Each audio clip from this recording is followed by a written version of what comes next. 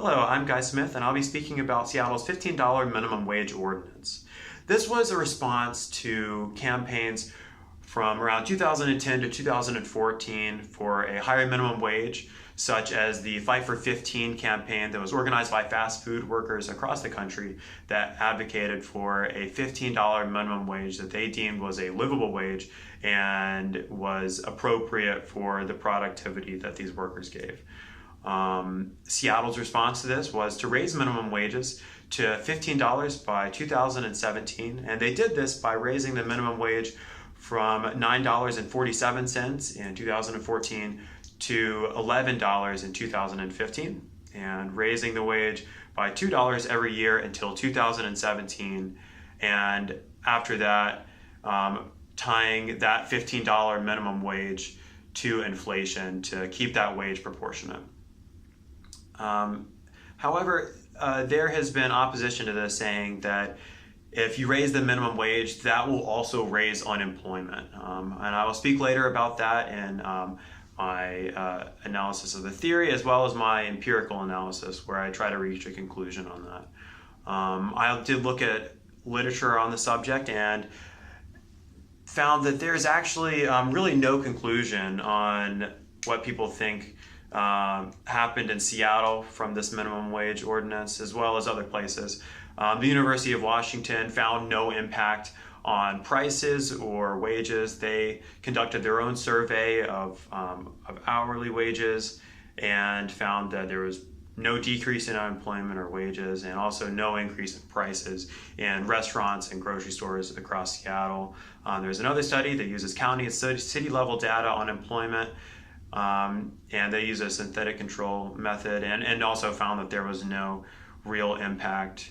However, there was a study that used data from the Washington Employment Security Department, and they were able to look directly at data from each employee that was paid a low wage, and look directly at their wage, their employment, and their hours. And they found that these were all affected. Of course, with their higher wage, they found that that came with a lower employment rate and them working less hours. And they said that this was partly due to a higher elasticity higher elasticity of demand for labor that these firms have. They found that there are actually viable substitutes for minimum wage labor, such as higher quality labor that can be bought at a higher wage and does the same amount of work as people that have that would be paid a lower wage, and also substitutes like automation. So let's take a look at the theory and behind the minimum wage. And I'm just going to be using a simple supply and demand model for this. So on our y-axis, we're going to have wages. And on our x-axis, we'll have quantity of labor. So for our supply curve, this is going to be the supply of labor, which is, of course, workers. And our demand for labor, which are firms. So with an increase in the wage comes a greater supply of workers, meaning people are willing to work more for a higher wage. And as wages increase, firms are willing to hire less workers. So the equilibrium wage is determined by our supply and demand here. So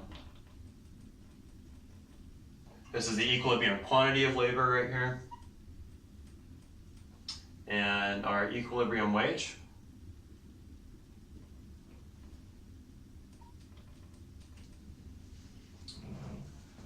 So with a minimum wage enacted, we have a new wage that's, of course, higher.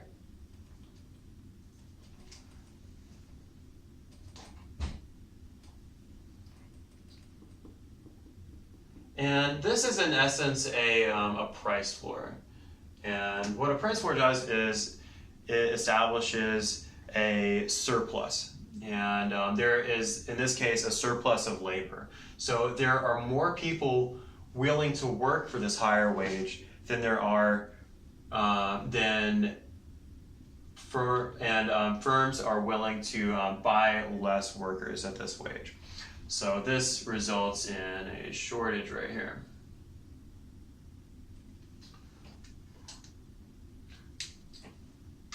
And I looked directly at the unemployment rate in the Seattle and Tacoma Bellevue area using the Bureau of Labor Statistics data, and found that there was a decrease in the unemployment rate, and from the time that they started this minimum wage ordinance in 2014, and during that time it was 5.5%, and it decreased to 3.3%. with a difference of 1.9%. However, this isn't the whole picture. To account for pre-existing trends, I used difference in difference analysis, and I compared it to the Spokane Valley area, and found that in the Spokane Valley area, there was a decrease of 2.3% in their unemployment rate. So this is a difference of 0.4%, meaning the unemployment rate in Seattle fell by less than 0.4% than the Spokane Valley area. So this isn't this is consistent with the theory that we have here, showing that in the Seattle area, because there was a minimum wage enacted, there was a higher unemployment rate because of that. And this isn't incredibly conclusive, but this trend in the unemployment rate does support the theory that we have here. And that is all.